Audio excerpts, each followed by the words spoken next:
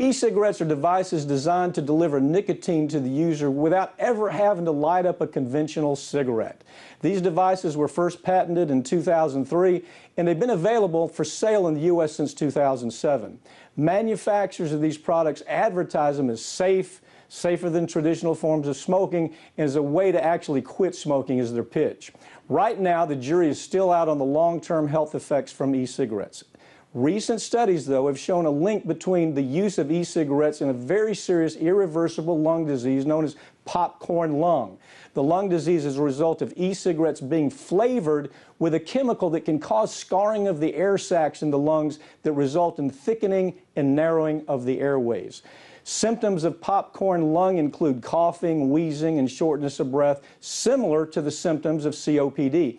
But what we're focusing on today are the lawsuits being filed against the manufacturers of e-cigarettes because the lithium-ion batteries in the devices have been known to explode during normal use and during the time that you're charging the batteries. 80% of the fires with e-cigarettes occur while the device is being charged in a USB port. The problem stems from the fact that different USB ports put out different levels of voltage and current, which can cause the battery in e-cigarettes to overheat. This overheating triggers a reaction that's been called the thermal runaway. And once this reaction begins, there's nothing that can be done to stop it. This thermal runaway creates a superheated explosion that caused second to third degree burns, and in some cases the e-cigarette explosions have caused bone fractures and muscle damage and even blindness. You need to understand that these aren't just small sparks we're talking about. They're full throttle explosions. According to a report by FEMA in 2014, these devices essentially became missiles with an explosive impact. The FEMA document states e-cigarettes are more likely than other products with lithium-ion batteries to behave like flaming rockets when a battery fails. That's their words.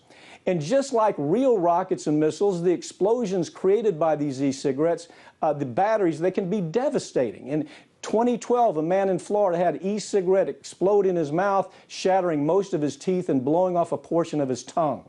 In December 2016, an e-cigarette device exploded in a man's pocket while he was riding on a bus in California. The explosion caused third-degree burns, and that seems to be a repetitive problem that we're seeing here. In January of this year, an Idaho man had an e-cigarette blow up, knocking out 7 of his teeth, leaving second-degree burns on his face. It also shattered his bathroom sink when the exploding device flew onto this counter. The FDA has documented more than 130 incidents of battery explosions since these devices were brought onto the market. Unfortunately, it wasn't until 2016 that the FDA even acquired the authority to regulate these devices. But formal science-based public hearings aren't even set to begin until April 2017. This problem will only become worse as the use of these devices continue to grow. More than 3 million middle and high school students used e-cigarettes in 2015, making these devices the most utilized tobacco products among kids. Nearly 4% of adults in the U.S. regularly use e-cigarettes. The growing use can be attributed to both the number of people using the devices to quit smoking traditional tobacco and because of the aggressive marketing campaigns that Big Tobacco is using to sell e-cigarettes.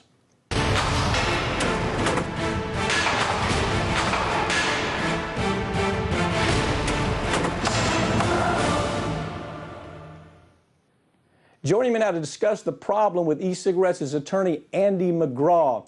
Andy, tell us why the lithium-ion batteries in e-cigarettes are so prone to explosions, and why are they more dangerous than other devices that use these kinds of batteries?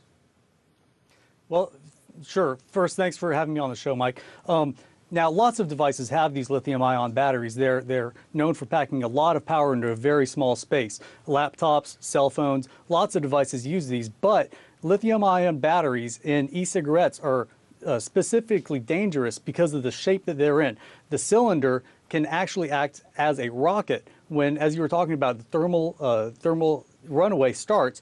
The end of the cylindrical battery can rupture, and the material inside of this battery basically can ignite, acting, like you said, just like a rocket. And when that happens, these devices act like bullets and rockets, and they will cause catastrophic damage when used either in somebody's face or even being stored in a pocket or a backpack. The shape of these Andy, ion let me batteries. ask you this: considering the relatively small pool of victims, 134 that the FDA has recognized. Now, that doesn't mean that's all, but they've recognized that versus the 9 million regular adult users of these devices. Is it possible that these incidents can be attributed to user error? Isn't that what we're going to be hearing from this company, the companies that make this product, that, by the way, happen to be the same people that sold us tobacco and killed millions of people with tobacco, and now they're moving to this product? But talk to us about this defense that we're going to hear. Well, gee whiz, it wasn't our product. It happened because the dummy didn't use the product right. Isn't that what we're going to hear, and what's your response to that? Well, first of all, I think that there's a concern that these are being severely underreported. The number could be much, much higher than that. If you talk to hospital professionals, they will tell you that. But with regards to user error, that is a response to a lot of the manufacturers, a lot of the retailers, that they say that they are not being stored properly, they're not being charged properly, and the people who are using these batteries, it's their fault. But that can be the cause of some of them, but the number of explosions that are existing can also be attributed to the manufacturing of the product. A lot of these batteries are made overseas. They're made in China, where the production may not be the same quality as other places, as well as the materials of the battery. The production and the materials also cause a very high rate of failure with these. So it cannot just be reflected by user error or improper charging or improper storage of these batteries. Okay, so there's currently litigation against the makers of these devices because of these explosions. Can you tell us what the status of the lawsuits are? And before you do, though, did I get it right about the fact that people have had their tongues blown off, the teeth blown out of their mouth, they've been partially blinded? Are those the facts that you're seeing as you review these cases? Yes, absolutely. Although these don't fail incredibly often, when they do, the effects are catastrophic. They go off in people's cars, they set cars on fire. They go off in people's houses, they set houses on fire. They go off in pockets, causing severe burns to legs. They can, when they do go off in use, they can destroy teeth, they can destroy parts of people's tongue, they can break jaws. One individual had his neck broken due to the force of the impact. These are not small explosions. These are serious malfunctions when these devices do explode. You're exactly right in that. Those are some major. So what is the status what is the status right now of these lawsuits? You have probably a handful of people throughout the country that typically go after these corporations, that have the ability to go after these corporations. I mean, a lot of people collect cases, but you got to have lawyers that actually can do something once they have them. What is the status of all of that nationally as far as lawsuits? There are dozens of lawsuits pending right now. As I stated earlier, part of the problem is that the batteries themselves that are failing and malfunctioning and exploding are made, a lot of them are made in China, and it's very difficult to go against them. But people are suing the manufacturers of the cigarettes. They're suing the retailers for not advising them of the dangers of using these lithium-ion batteries in these devices. So there are dozens of lawsuits across the country, again, based on the catastrophic injuries that people are suffering.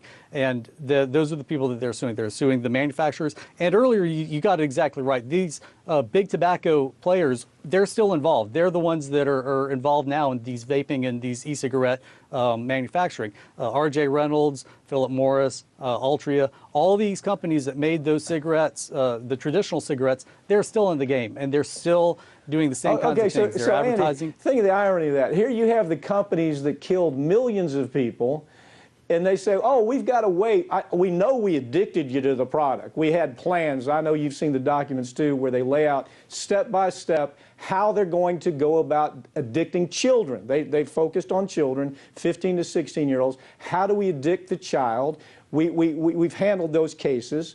And now we have them saying, gee whiz, we got you addicted. Now we want to make a product that's going to get you unaddicted. And unfortunately, the product that they're making to get you unaddicted has the ability to blow your face off. That is kind of what the scenario is here, isn't it? What's your take? Absolutely. And the statistic I saw, I think, according to the CDC, was between 2011 and 2015, the use of these devices by high school students increased 900%. The advertising that these companies are putting forward into these, between 2011, the advertising expenditure was about $6.4 million, and in 2015, the advertising, it exploded to $115 million.